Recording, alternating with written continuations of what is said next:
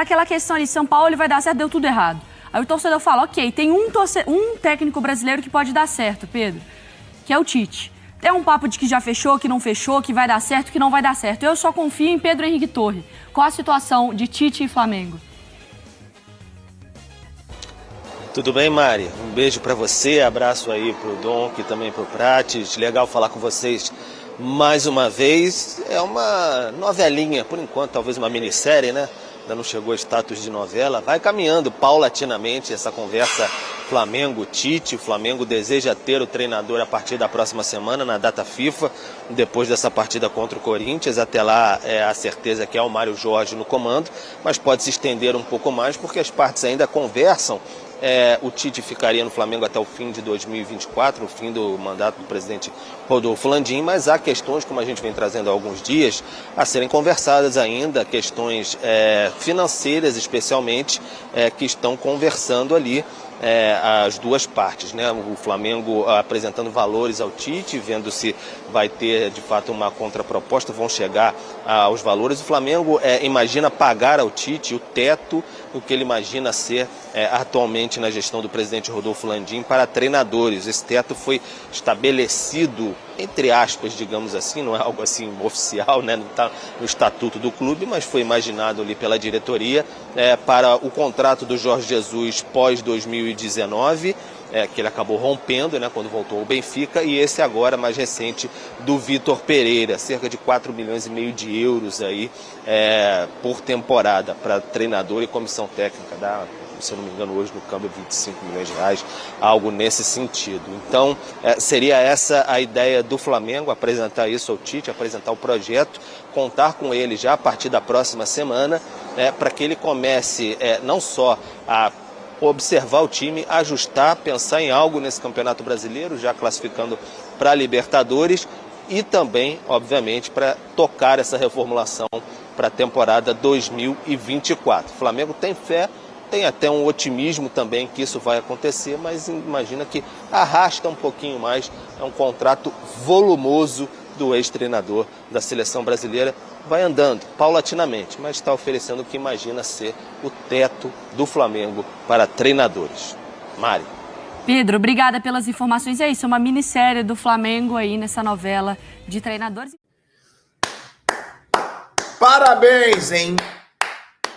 Parabéns pro time sem vergonha do Flamengo, que não teve vergonha na cara nenhuma nessa temporada, por ver agora o Fluminense na final da Libertadores no Maracanã. E o Fluminense que mereceu estar na final da Libertadores no Maracanã. Sabe por quê? É um Fluminense do Fernando Diniz, é um Fluminense do próprio Mário Bittencourt, o presidente do Fluminense, que ensinaram o Flamengo desse ano a ter vergonha na cara. Se você pegar a folha salarial do Fluminense, ela não passa de 10 milhões de reais. 10 milhões de reais. A folha salarial do Flamengo é de 40 milhões de reais. De jogadores que não mostraram a mínima vontade de defender a camisa do Flamengo nessa temporada. A mínima vontade. É uma geração que fez história? É uma geração que está marcada na história do Flamengo, mas que aprendeu ontem, mais uma vez, com o time do Fernando Diniz, a ter vergonha na cara e a representar a instituição que eles defendem, a camisa que eles defendem. Porque o Fluminense ontem vira para cima do Internacional, o Fluminense provou que o Olímpia não poderia nunca ter passado pelo Flamengo do jeito que passou. E o flamenguista agora, o rubro-negro, ele vai ver um dos seus grandes rivais, para muitos o maior rival, na final da Libertadores no Maracanã, e o Flamengo fora.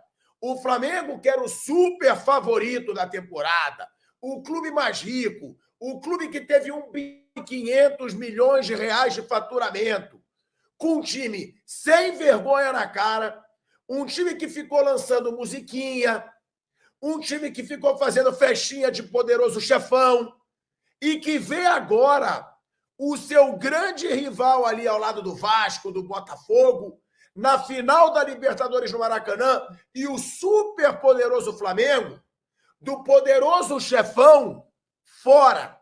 O Fluminense, mais uma vez, jogou com sangue nos olhos. O Fluminense, mais uma vez, teve culhão para jogar uma Libertadores, para virar um placar, faltando pouquíssimo tempo para acabar o jogo, na casa do adversário. Um Fluminense que chegou desacreditado, mas como o Felipe Melo disse uma vez, é um time que quer vencer, é um time que tem fome de vitória, que quer fazer história, enquanto o Flamengo foi acomodado, enquanto o Flamengo foi um time de frouxo, foi um time sem vergonha na cara. Porque eu quero lembrar para vocês, era para ter tido esse Fla-Flu histórico na Libertadores. Nas quartas de final, Flamengo e Fluminense, era para ter um Fla-Flu histórico. Se o time do Flamengo tivesse vergonha na cara, Flamengo ia ganhar? Não sei. Porque esse Fluminense está muito forte.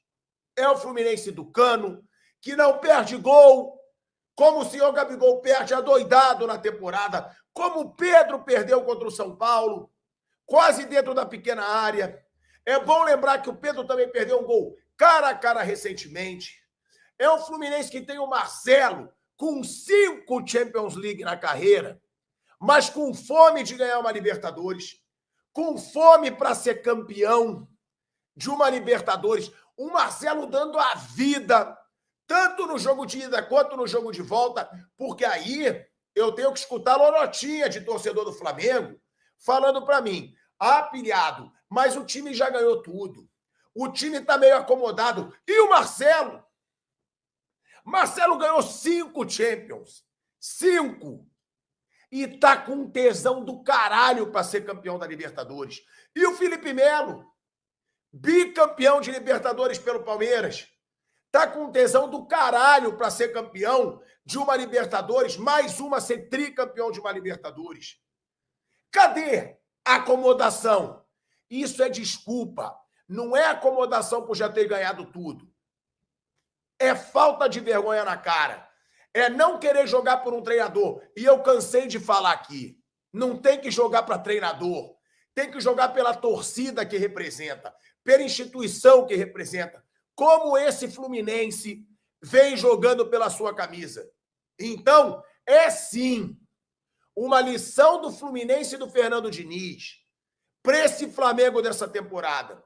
Um Flamengo que não teve a mínima vergonha na cara e que vai proporcionar para o seu torcedor agora, quando ele sonhava disputar essa final de Libertadores no Maracanã, ele vai ver o seu maior rival ali ao lado do Vasco e do Botafogo, disputando essa final em casa no Maracanã, com a torcida do Fluminense em massa tomando o Rio de Janeiro, e pode piorar. Pode ver um dos seus grandes rivais do Rio de Janeiro enfrentando o seu grande rival da atualidade.